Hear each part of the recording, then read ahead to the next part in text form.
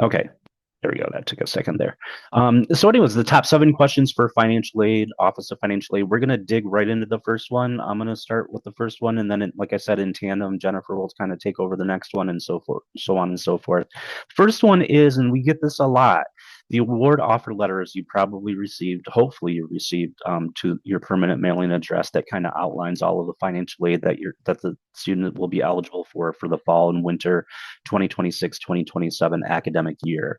The first one, I plan on commuting to campus. Why are there food and housing charges on my account? And what you were looking at on, like, for students who have access to their My.E mission sets that up, they'll see what is known as the cost of attendance. So we also call that a financial aid budget. And we use that in determining financial aid.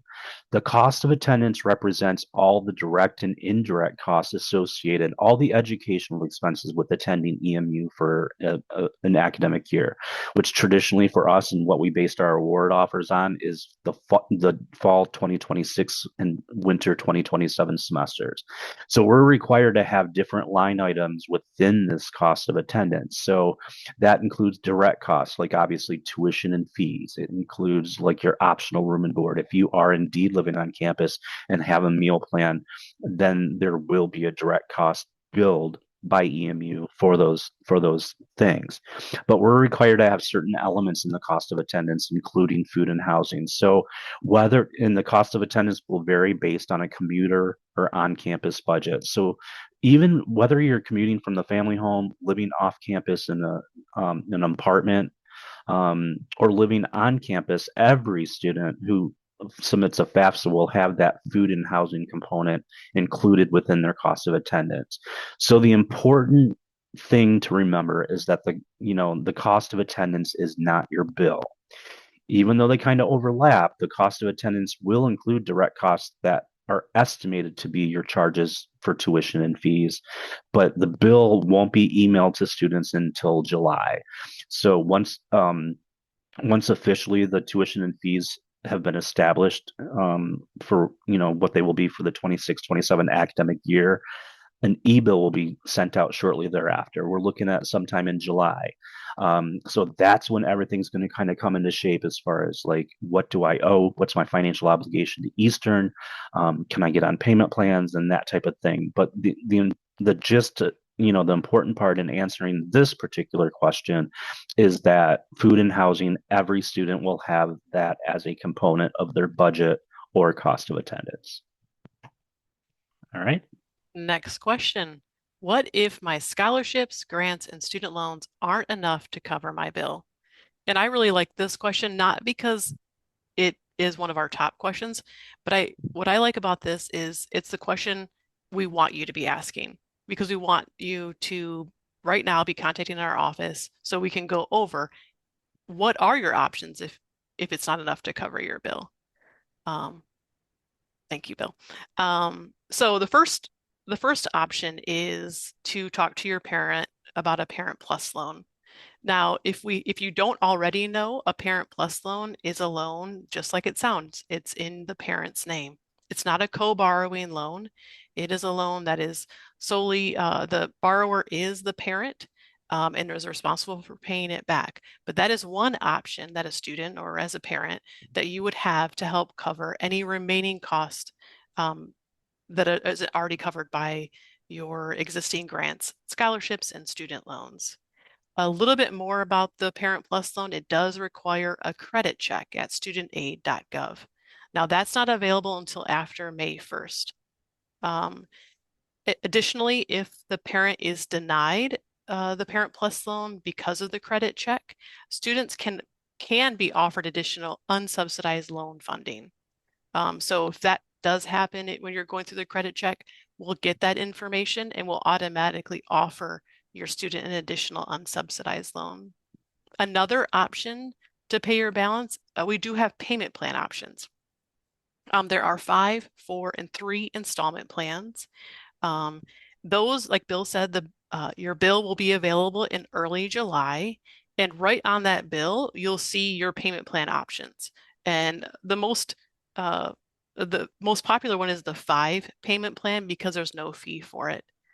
We do have another webinar in May that we're going to focus on payment plans. So that's a good one to note. If you're interested in our payment plans, that will be a good one to attend as well. There's also a work study option. Now, work study, it's a little bit different because it's really a part-time job that your student, or if you're the student, you'd get on campus and you'd earn money, you'd work and earn a paycheck. So just like any other type of part-time job, you get a biweekly paycheck, and then you can use that money. It's a little bit difficult because the way our billing works, you're not going to be able to get that money and pay it right towards your bill. You'd earn it over the semester. But I do think it's a good way to either, um, if you're still having a couple $100s that you need to pay on your bill, or if you want to just help save for your next semester, it is a great option. Finally, we have private loan options. What we do is on our website, if you go to emich.edu and you search private student loans in the search box, we have a loan comparison tool out there where you can look at the different lenders that are available. Now, it's not a whole list of all the lenders, but it's some that we worked with in the past, and you're able to kind of review them, compare them, different interest rates. So that's available for you as well. All right. Next question.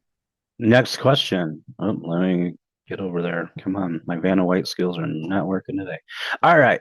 So next question. My family's income has changed since the tax year used on the FAFSA. What can I do? So obviously, for those of you that have filled out the 2026-2027 FAFSA, as when you fill out the FAFSA, it wants to do a direct data release of your tax information from the tax year 2024. So we're in 2026 right now, so that may seem like a lifetime ago. For many of you. So obviously incomes can change. So the answer to that question is if your family income has in fact decreased since tax year 2024, you may consider submitting a special circumstance appeal. And things that may be considered are a job loss, sometimes a reduction of income from a full-time job that you held. There could be a cut in hours. There could be like a reduced amount, whatever, like a demotion. In some cases, we've seen that. Heaven forbid, a parent is laid off from a job. Obviously, that affects their ability to pay and their contribution towards education. Obviously, the death of a parent, if parents are married and one parent dies and one parent was the main breadwinner, so to speak, that can have a severe impact on the family's financial situation. Divorce or separation, as we know, I'm a child of divorce, so I know how that can impact families. Excessive medical bills not covered by insurance. Those are the types of things that we can consider, and that's a lot of stuff. But a lot of life happens to a lot of people, so we definitely can consider those special circumstances in updating your FAFSA to reflect that. Things that can't be considered: consumer debt, gambling losses, lump sum bonuses, and things like that, extracurricular costs. So there are certain things that we can consider, certain things that we cannot. But obviously, the main things that we will look at is a loss of income situation for but for a whole host of reasons. That this appeal can be found in our forums directory. So if you navigate to emich.edu/finaid, you can select the 2026-2027 special circumstance appeal. Historically, we kind of waited to start reviewing those in May, but we've kind of turned on that functionality to where you can submit those right away. It's just, not only are we going to need a statement in that appeal, kind of talking about what the situation is, these have to be well documented just for per federal regulations. So we might ask for like updated tax returns. So example, a 2025 tax return isn't out of the question. We might, if it's a more recent job loss or reduction of income, we might ask for your last pay stubs in the current year 2026. There's a whole checklist. So and it may vary from student to student, parent to parent, whatever the situation may be, where we might need special information from you. And that included but not limited to like unemployment benefits, snapshots, other types of things. And again, it's all situational, dependent on the student. Now, if your income has increased since the tax year 2024, don't do anything. Consider yourself lucky.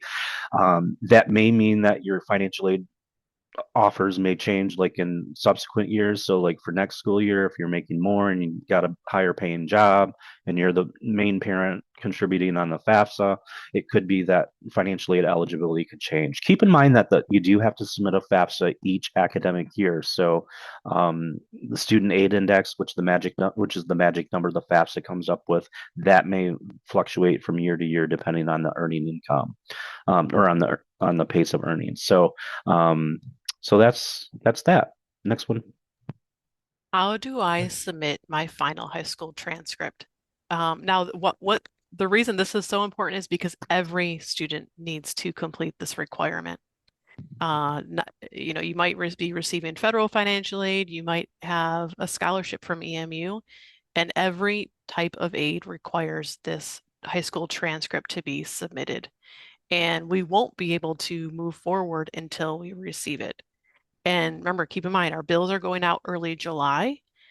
So if we do not have your final high school transcript prior to that, your federal aid, your state aid, your EMU aid will not be reflecting on that bill.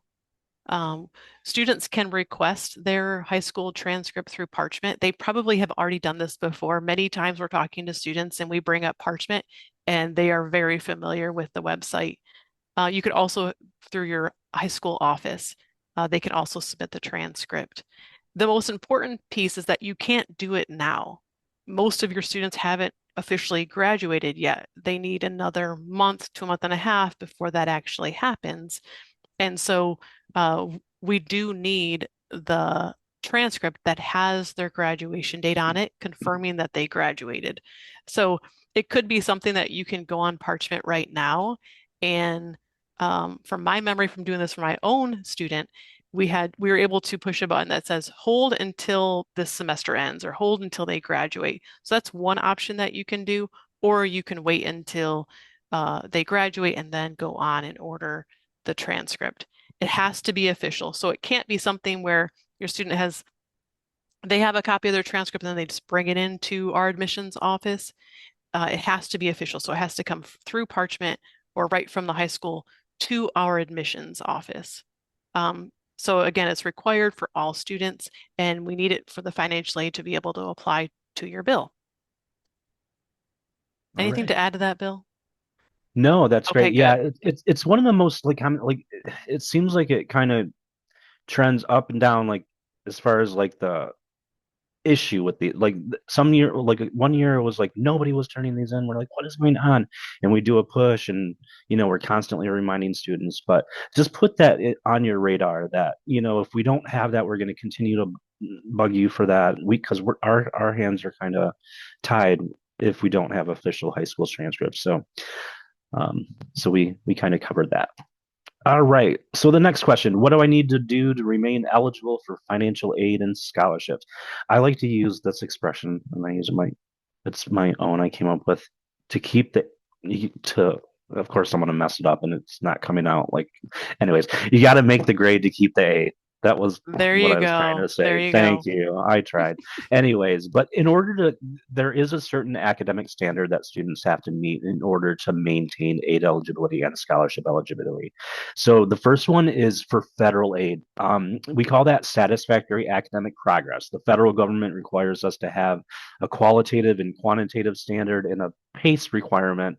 Those are all fancy words to say they have to maintain a certain GPA, complete a certain percentage of their classes, and finish their degree within a certain amount of time. So the first one, you have to maintain a 2.0 cumulative GPA. That's also the university standard. So you slip below the 2.0 requirement, you're going to be placed on a warning semester. 67% completion rate students have to maintain. And what the completion rate is, it's attempted hours versus earned hours. So, obviously you take 12 credit hours, you receive A's and B's in all four of those classes. Then you have like a GPA that's well above the 2.0 requirement, or the 60, excuse me, the 67% completion rate requirement. Um, if you fail a class, again, using the same example of 12 credit hours, you're going to have um, nine completed credit hours divided by 12. That puts you at a 75% completion rate. You're still within that cumulative requirement. But keep in mind that the more that a student attempts credit hours, the better their completion rate's going to get. Now, where this can work against the student is if they're doing multiple withdrawals per semester. Failing classes, obviously an F grade doesn't count towards a earned credit hour. So if you complete 6 of your 12 credit hours, you withdrew from one class, you failed another, you're going to be at a 50% completion rate coming out of your first semester. We hope that doesn't happen. We have like campus resources that are available for students who are struggling or might need some additional assistance. But at any rate, so 67% completion rate, 2.0 cumulative GPA.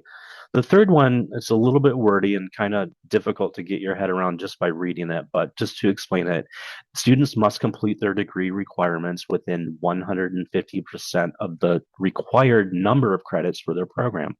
So, for example, most programs at EMU are 120 credit hours. So 150% of 120 is 180 credit hours. So that's kind of like the finish line as far as like receiving federal aid. So once you reach 180 credit hours, that's kind of the line in the sand where, are you almost finished? Are you going to complete your program? Students are going to start to be flagged at around 160 attempted credit hours. So even, they're not going to be able to go all the way to 180. We're going to kind of intervene and say, hey, you're at 160 attempted hours. You're on a warning due to maximum credit hours of eligibility. So then at that point, we may require like a program of study that shows semester by semester what a student needs to complete their program. So, and the whole idea of SAP and the whole idea of this pace, this completion rate and the maximum credits of eligibility is to make sure students aren't spinning their wheels, that they aren't, going into loan debt and using financial aid irresponsibly, not necessarily irresponsibly, but just receiving aid and not finishing coursework to count towards their program. And that's not something that's in the best interest of the students either. So it's something we're federally required to monitor. Every school has to have a SAT policy. This happens to be ours. So some schools, the frequency in which they review um, GPA completion rate and maximum credits of eligibility. That will vary, but we at Eastern, we do it every semester. So, for example, a first semester freshman, they have a 1.97 cumulative GPA after the first semester. They're at 100% completion rate. Obviously, they're not at the maximum credits because they just started, but because they're below that 2.0 cumulative GPA requirement, they're going to be placed on a warning semester for the winter 2027 semester. And what that means is that the student remains eligible for financial aid. However, if after that winter 2027 semester, they're still below that 2.0 cumulative GPA requirement, then they will be canceled for financial aid and they would have to appeal. Again, we hope it doesn't get to that point, but that's just something that we wanted to kind of make sure everyone's aware because there is like all this financial aid stuff being thrown at you. Very little is said about the academic standard that you have to maintain to keep that aid. So just something that we figured would be helpful for you this evening to know about and moving forward. Now, your EMU scholarships are a little bit different. They have a GPA requirement that is typically above the standard EMU and SAP requirement. So most scholarships require a 2.75. That includes the Emerald Scholarship, the Education First Opportunity Scholarship. There are some scholarships that are kind of like their legacy or grandfathered and that some students are still receiving. But for all intents and purposes, like the Emerald Scholarship, which is the main EMU scholarship that we offer to most students that meet the criteria is 2.75. Obviously, there's an full-time enrollment requirement for most scholarships. The Emerald, for example, has a 12 credit hour requirement.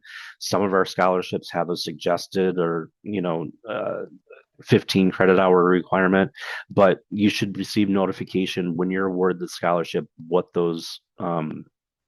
the enrollment requirement is.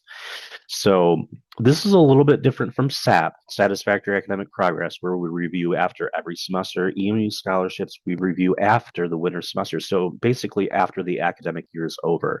So for example, our first semester, our first year freshmen that are wrapping up their second semester at Eastern, after winter grades post here at the end of April, we're going to look to see if the student is meeting the GPA requirement for their particular scholarship. If not, then they'll receive an email saying what they need to do to appeal to try to get that back.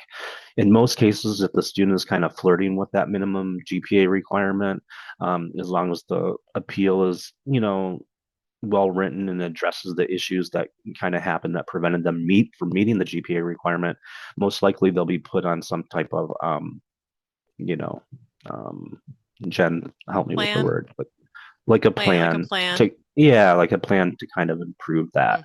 Hmm. And again, that's reviewed after the winter semester, so you have a whole year um, to do that, or a whole year before you're actually measured for your GPA. Next one.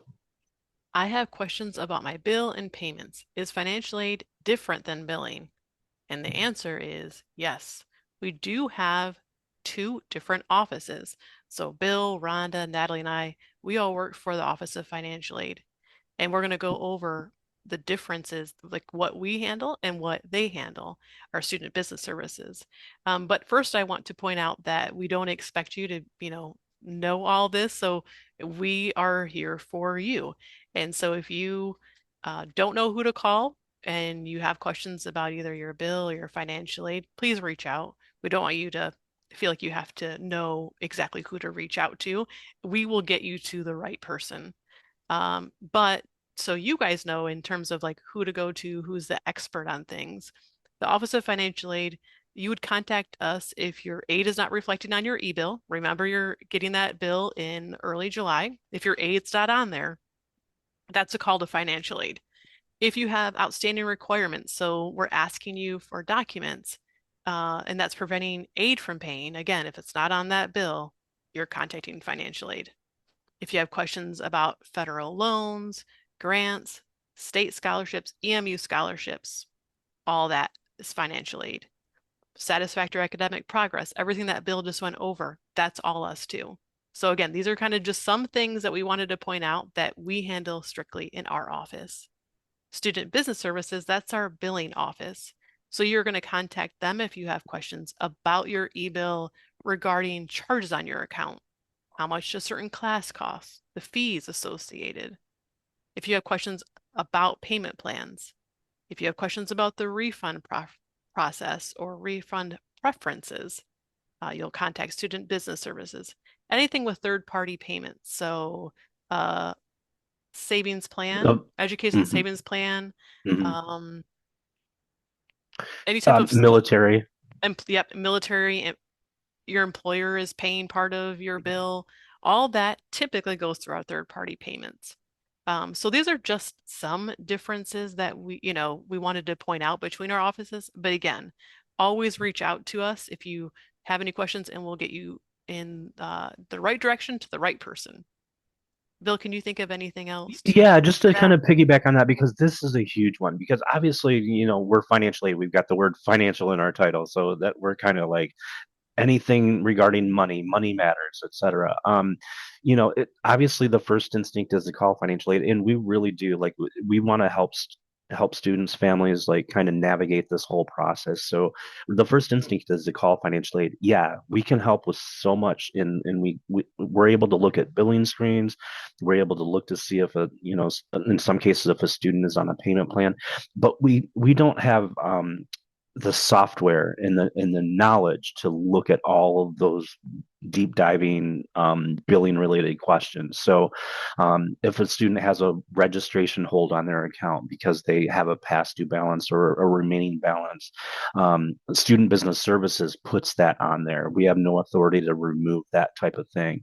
We can work in concert with the student business services to kind of make that happen. Like if you have a pending private loan, if there's a pending loan that's going through, parent loan was just approved yesterday for a loan. We anticipate this money to come in. Can you please consider removing their hold? We'll definitely go the extra mile to trying to facilitate that so students can register for the next semester. But then, like Jen said, we'll definitely try to answer as many questions as we can from the financial aid end, but sometimes that may result in a quick warm transfer to student business services who are more knowledgeable about, taking in the money and all of that stuff. So, all right. How are we doing on questions? Let's see. Looks like we're still answering some there. We're almost done. I think we're on our last question here. How do I schedule an appointment with financial aid? We are pleased to say that there is no appointment necessary to contact a financial aid advisor. We're very happy to be very accessible. In fact, we kind of pride ourselves on that when we compare to other schools. Like, just from our experience, sometimes we do have to call other financial aid offices. So even to reach someone at another school, it can be like pulling teeth and it can be frustrating. But we won't have that at Eastern. Obviously, we're going to have peak periods, especially as we get closer to the weeks leading up to the fall semester. That tends to be like our bananas pull your hair out kind of a time. So there might be like a small wait time as you try to talk to an advisor. But we definitely encourage you to use the time throughout the course of the summer to kind of address any issues that you may have. But at any rate, there's no appointment needed. You can call us Monday through Friday, 8 to 5 p.m. at the number here, 734-487-1048. Email us 24 hours a day, financial_aid@emish.edu. Our response times, we try to get back to you within the 24 to 48 hour period, maybe a little bit longer if we're in our peak period, but generally we try to keep that within a 48-hour window. Keep in mind that, if you're asking questions through email or even if you call us, there has to be a FERPA on file. We didn't want to kind of bombard this particular webinar with FERPA related stuff, but the Family Educational Rights and Privacy Act does require that a student release a parent, guardian, mentor, teacher, high school counselor. They have to sign a FERPA for us to be able to share information with you about their account. And that becomes official. It doesn't matter if they're 16, 17 years old, they're a prodigy. We've seen 14-year-old students before entering college. Yes, believe it or not. I think even 13, if I'm not mistaken.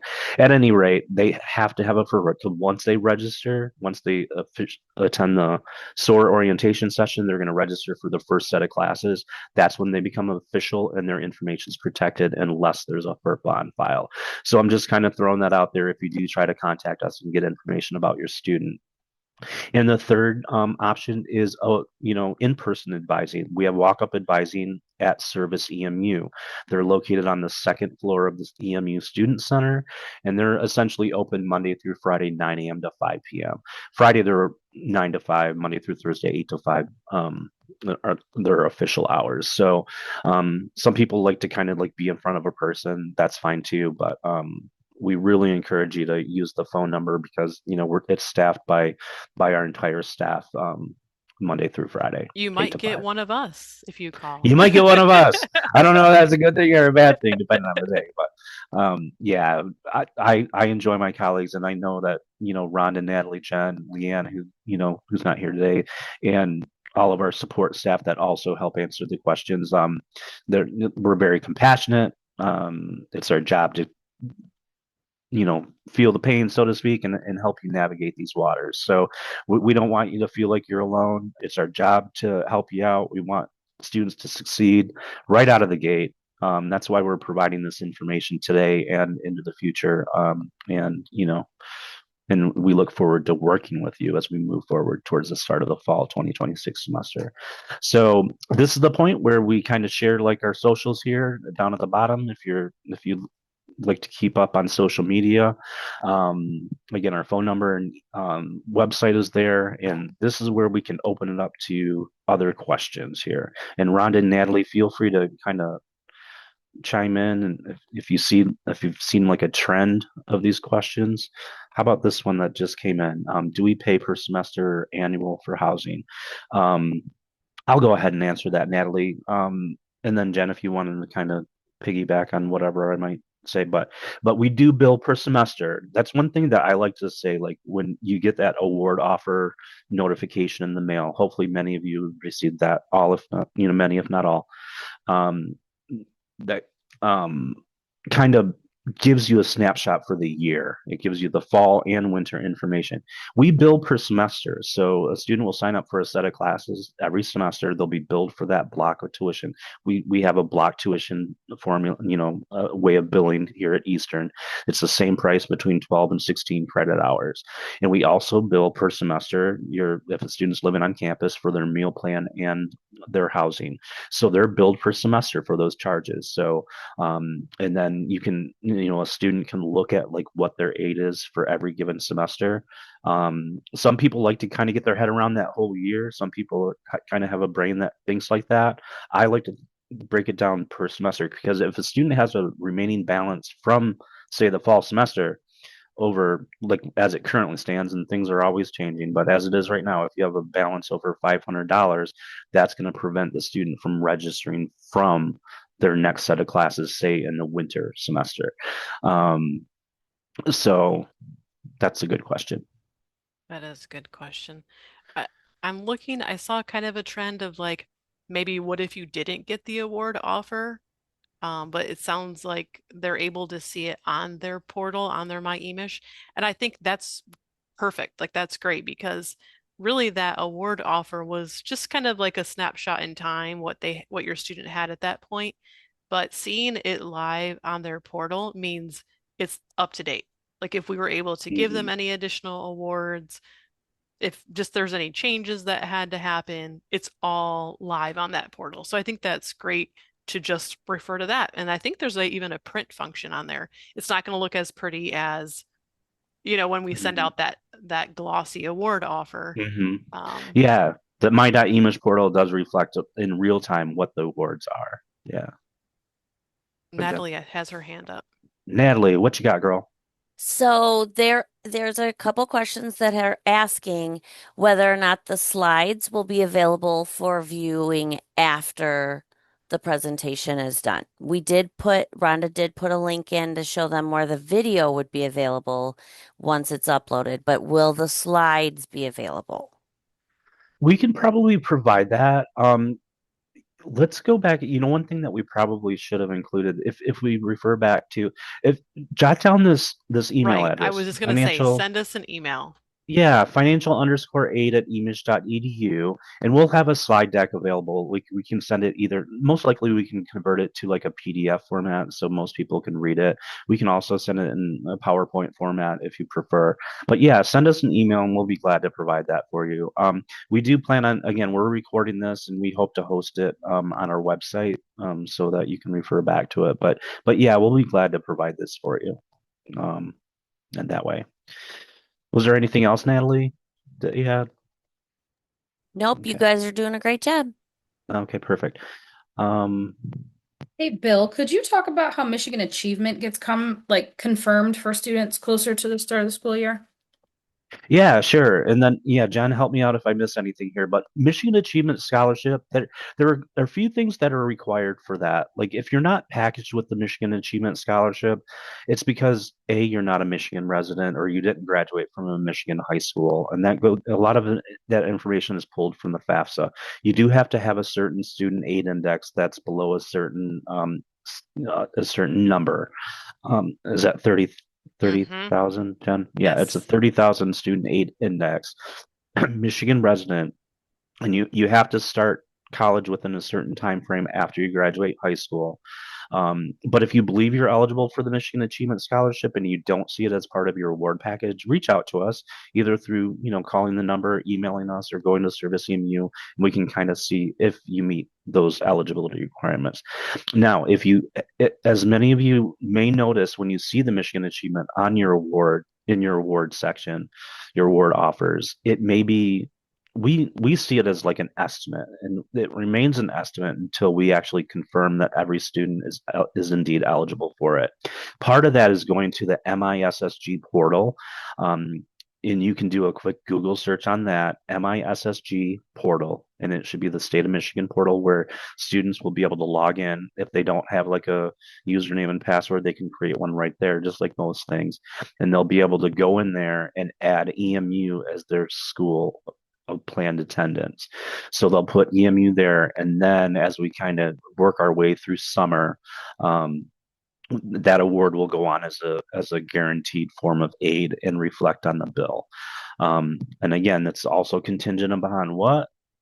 Final high school transcripts, right? So we got to make sure that we have those two, or that's not going to authorize. But the MISSG portal is important to familiarize yourself with.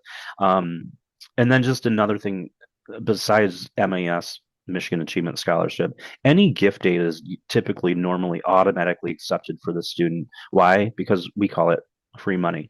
It doesn't have to be paid back. So who's going to turn down free money? So that's why not me. Not me. I'll drive 30 miles out of my way for a good deal. At any rate, but yeah, so MAS is a little bit different because it doesn't look like it's accepted, like say the federal Pell Grant or the Emerald Scholarship or other things like that. So don't freak out about that. MAS is kind of like something that we have to monitor because we want to make sure that funding is coming in and guaranteed to pay to a student's account. We just have to make sure we're doing our checks and balances. Do you think I answered that? And Rhonda thoroughly? did put the link in the chat. Perfect. Thanks, So Rhonda. if you plan to get the Michigan Achievement Scholarship and you're going to attend EMU, you got to go to that link and make sure we're listed as the school. Yep. I think that's it. All right. Thanks. It's like Natalie's answering this most current question. Looks like we had some good questions, 21 questions. So thank you, Rhonda and Natalie, for taking that on.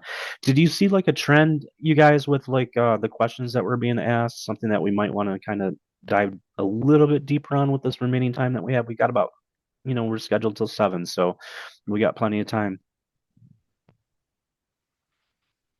Someone says, is it too late to file a FAFSA? It is not too late to file a FAFSA. So if you were just kind of got busy, just didn't do it, were a little bit intimidated by it, it's absolutely not too late. If you complete it today, tomorrow, we'll get it in about 2 weeks, and we'll be able to let about a week, and then about a week later, we'll put together your award offer, and you'll be able to see it on your my.emish account. Yeah, and kind of thinking that in terms of like other types of questions like that we get, like, is it do I have like a deadline to accept loans? That's another common question. Like, we could there's have no like top 20 questions easily. Yeah, we could. But there's no like loans can sit in offered status for, there's some families and students that decide that they don't need a loan until halfway through the semester. Like, something didn't pan out as such as, certain, like a financial option didn't pan out, so I need to turn towards a student loan. So yeah, there's ultimately going to be a deadline for when you can take out a semester loan, like a fall semester loan, for example. That usually happens like early December. Please don't wait that long to do that, because that can be stressful for you, us, and everyone. Yeah, I mean, we do encourage everyone to kind of make decisions on their loan offers, like as we getting closer to the start of the semester, but there's no like deadline facing you right away. So I like to say have everything done by mid-June if you can. Yeah, if you can. Even as we right around the 4th of July holiday, before have everything kind of figured out, and then you're kind of sitting pretty and you don't have to worry about this stuff. And my little editorial here, and I know that I spent some time talking about SAP, satisfactory academic progress, but a lot of times this stuff, like if student starts out not turning in required documents for financial aid, not turning in their final high school transcripts, not, they're worrying about that money piece because they're getting reminders about their bill. They're getting late fees on their bill. So all of that, a lot of times it's just like kind of fighting the procrastination and kind of diving in and keeping up on top of financial aid. We don't want financial aid to be a barrier for you succeeding and getting reaching that ultimate goal of that degree from Eastern. So and we know that financial burdens can have an impact on academic performance. So that's why we always try to get students and parents to kind of focus in on these types of things as early as they can, get it out of the way so they can get on to the main idea of like studying and diving into their coursework and meeting friends and adjusting as a college student. So that's just my little editorial. Stay on top of things. Try to have everything done before the start of the semester. And we'll help you do that if you reach out to us. Okay. All right. What else? But Rhonda, Natalie, Jen, can you guys think of any other types of questions that we may not have addressed here? The only other thing I would say we didn't talk about was we did discuss FERPA briefly, but students have the option of including an authorized user on their e-bill. So when you see your bill, if you want your parents to get a email of that bill as well, that would be an option too. I don't know if we haven't really had any questions about that, but I thought maybe you might want to talk a little bit about that. Yeah, certainly. Thanks, Natalie. That's a good one. And again, Jen, jump in if I missed something in answering this. But yeah, FERPA, which is the federal requirement that protects all students in their academic information, not just their academic information, but financial aid information, billing information, all that stuff is protected through FERPA. Students have to authorize a parent, guardian, or other individual in order to receive that information.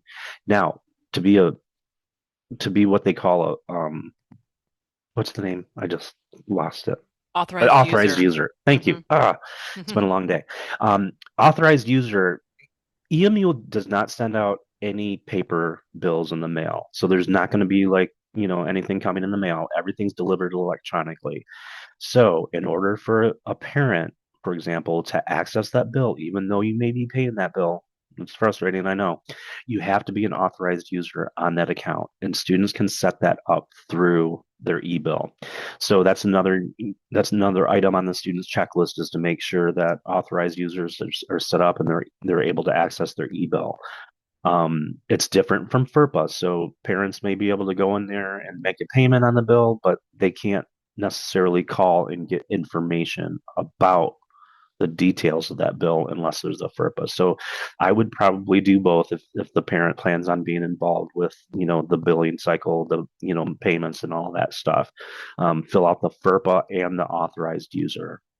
It's real important. And there will be reminders about this, like at the SOAR orientation program, if you haven't yet attended. I think we've only had 3 at this point. 3 or 2? Is it 3? 3? 3, I think. I Yeah. think Moving. there's one on this Friday coming up. Yeah. Be the Anything first else one. that I forgot to mention about authorized user, John? No, I mean, just basically, I think some parents are usually surprised when they find out their student is getting a bill, is the only one getting the bill without that authorized user. So, um, and sometimes students are not always up on checking their email, especially over the summer. And so, Mhm. yeah, I think it's a good point to know that there's a difference between authorized user and FERPA, and also, yeah, to consider doing both. Yeah.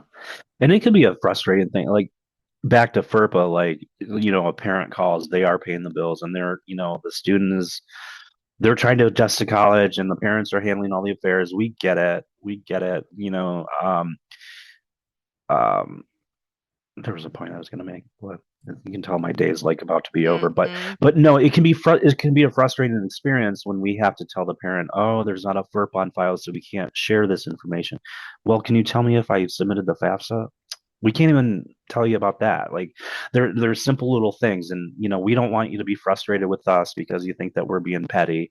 But we just want to make sure we're in compliance and make sure that we don't lose accreditation because we're sharing simple little things that can be resolved by submitting a FERPA. So that's another one of those reminders that will be ongoing throughout the course of the summer.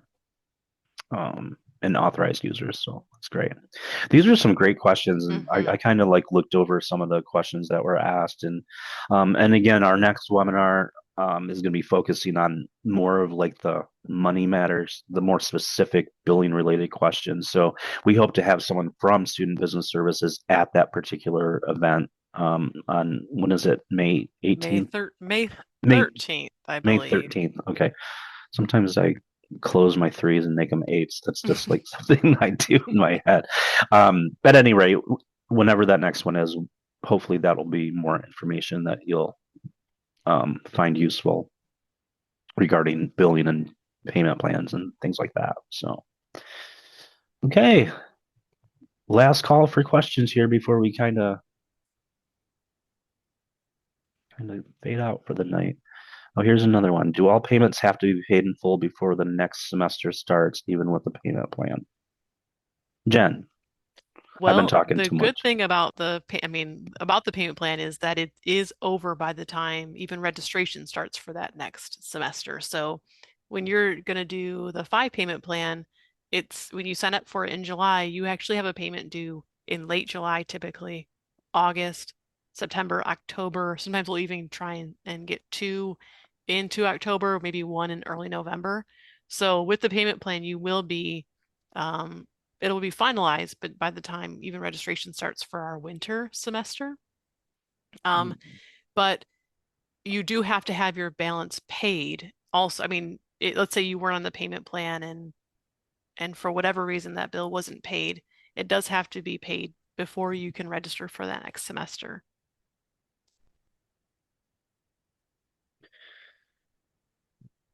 All right. I see no open questions. Yeah. Give me 1 second here. I was informed via the question and answer that FERPA link isn't working, so I just want to drop a Sure. different link in there for Okay. Yeah, sure. I did see that question. Which FERPA link are you referring to? What I'm gonna do is I'm gonna I was trying to just do directly to the form, so Yeah, sometimes that, yeah, I like guess that might in our be. forms directory or through let's see. nope, just directly to the form itself. I'm just going to put the landing page in. Okay. Okay, good. Got it. Okay. All right. While Rhonda is doing that, I just wanted to like officially say thank you. Thanks again so much for those of you that kind of hung on and sat through the webinar today. We appreciate your time. It's our pleasure to reach out to you and answer as many questions as you may have as we again start, get closer to the start of the fall semester. We're here for you. Please, no question is a bad question. No question is going to annoy us. We're a pretty patient group of people, compassionate group of people. So we look forward to working with you as as your student gets ready to attend Eastern officially in the fall. Jen, did you have any like parting remarks for the group? No, just if Eastern's your choice, welcome. And we will, yeah, be here if you have any questions. All right. And there's that Rhonda, it looks like Rhonda provided that link.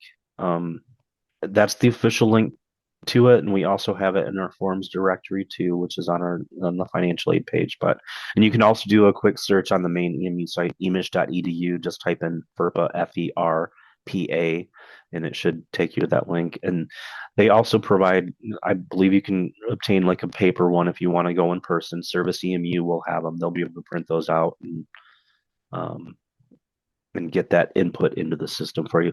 Keep in mind, once you actually submit a FERPA, it can take a couple days to process. So if you submit your FERPA, your student submits the FERPA, say on a Wednesday, it may not be until Friday where that actually gets it loaded into our system. So, in the interim, like in the meantime, if the FERP is not processed, you're always welcome to call with your student. And keep in mind, if it, FERPA doesn't go into effect until the student is actually registered for their first set of classes. So, but if they are registered and the FERP is not on file and you have a question, feel free to call us, and we can do like a group discussion as long as the student's on the phone with you.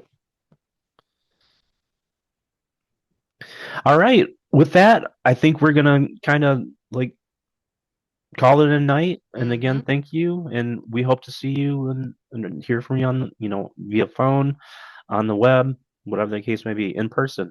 You guys have a great night. Have a great night, everybody. Bye bye now.